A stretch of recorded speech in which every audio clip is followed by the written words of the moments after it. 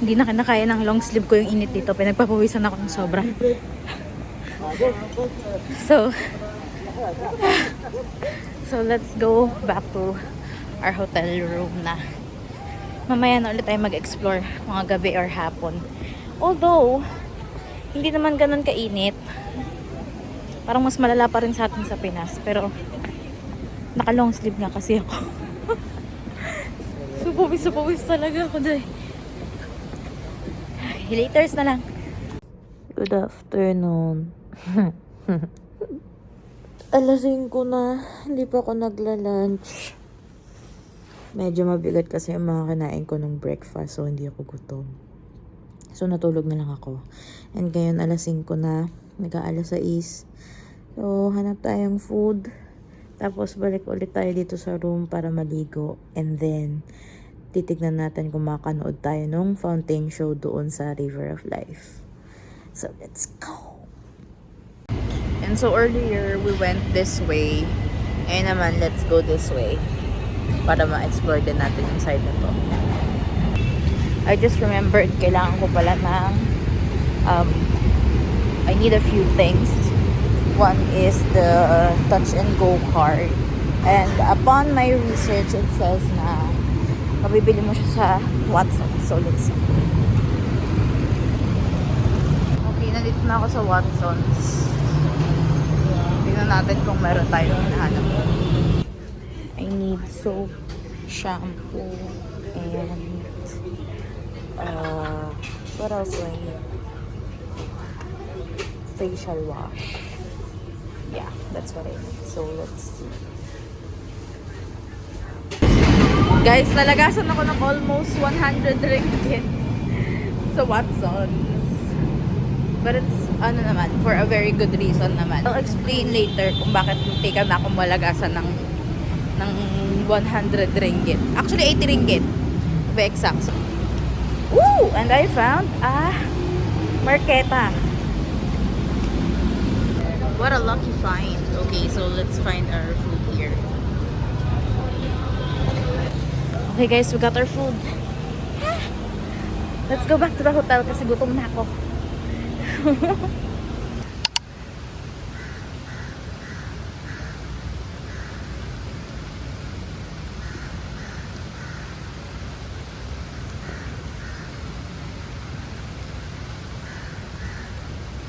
Here are all the things that I bought.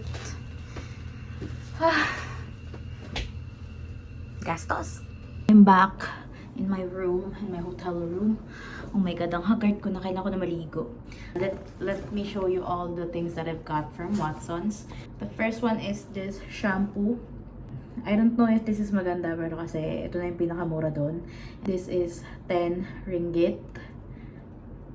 So yeah, madadala ko na rin naman yung pag lumipat na ako dun sa accommodation ko talaga.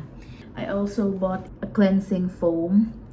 Yan. I also bought, by the way, this is 7.99 ringgit. 7 ringgit and 99 cents.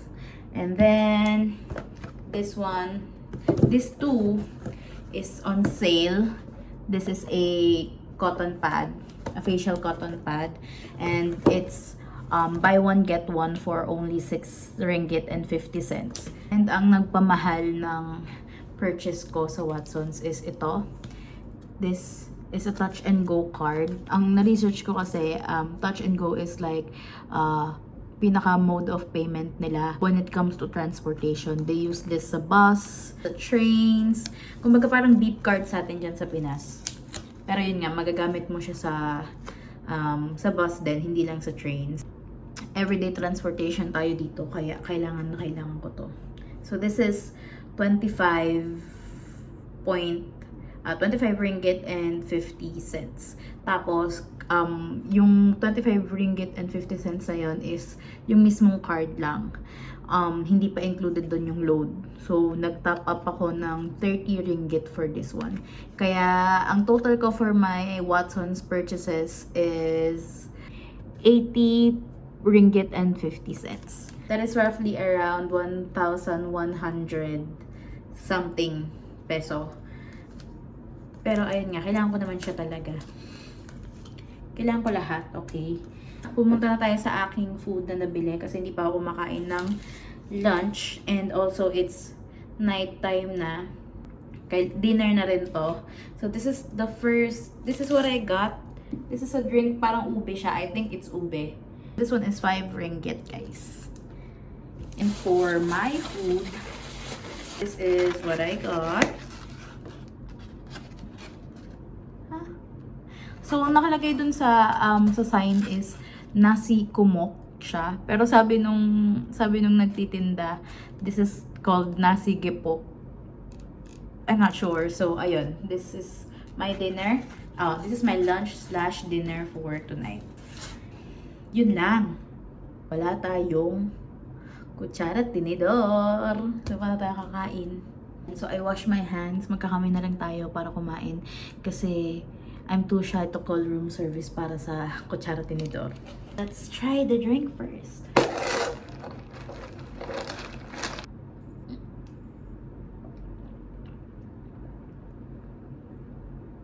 Yeah, it's ube. Definitely ube. It's good, it's not that sweet. Ano yung ube taste talaga. So let's try the nasi kumok gepok. I don't know. Let's try. Wow. And yes guys, manok na naman ang pagkain ko today. Manok na yung pagkain ko kahapon, manok ulit ngayon.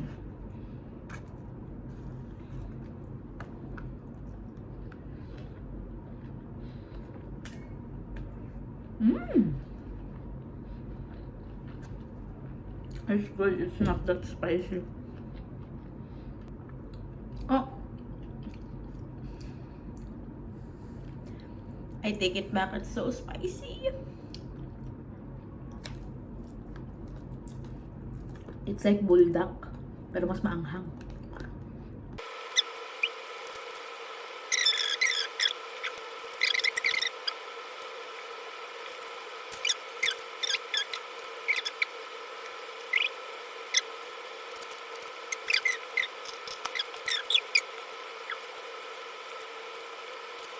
Yan, nakaligo na ako. And kanina kasi nung naggala tayo sa labas, sa may River of Life, meron doon nakalagay na merong musical fountain show ng 9 p.m. And it's already 8:32. So, lalabas tayo ngayon to see if meron nga bang musical fountain show ngayon. So, let's go! Okay, so andito na ulit ako sa labas. And for some reason, parang mas mainit pa ngayon kaysa kaninang umaga at tanghali. But it's okay. Punta na ulit tayo ng River of Life. Tignan natin kung may fountain show doon. Anyways, maaga pa naman. And 9 pa yung start ng fountain show, if ever. Pero let's see if saan pa tayo makakalibot bago yung show. So this is what the River of Life looks like at night. May mga fog pa din. Guys, I don't think na merong fountain musical show today. Maybe it's because it's Ramadan and hindi pa tapos yung prayer doon sa mosque. So there's probably no musical fountain show today at night. Oh! Wait, I think meron kasi nag-start na bigla yung fountain. So there's probably a musical show. Let's see. Exactly 9 p.m. na. So probably mag-uumpisa na din. Let's go!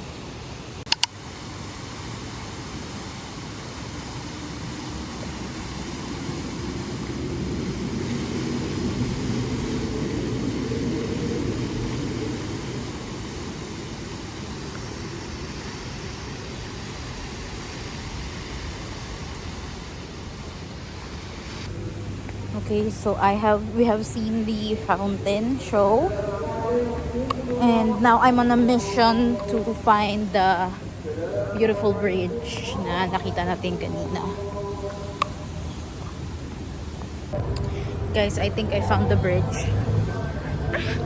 Minsan talaga pag may lahi kang Dora the Explorer, di mo kailangan ng maps eh.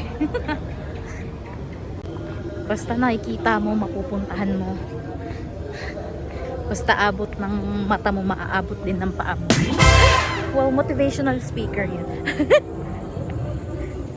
This is the bridge, you guys.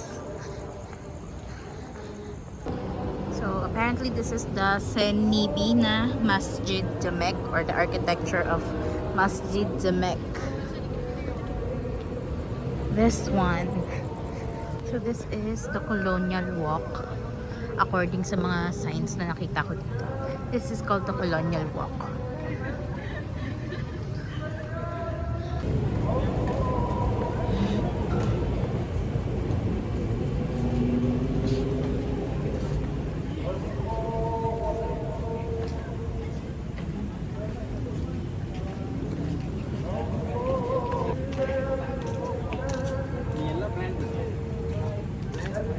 Ayun guys, I'm back in my room na. Nag-skincare na din ako. Hilang sa skincare. Guys, thank you so much for watching this video and I'll see you guys on the next one. Bye!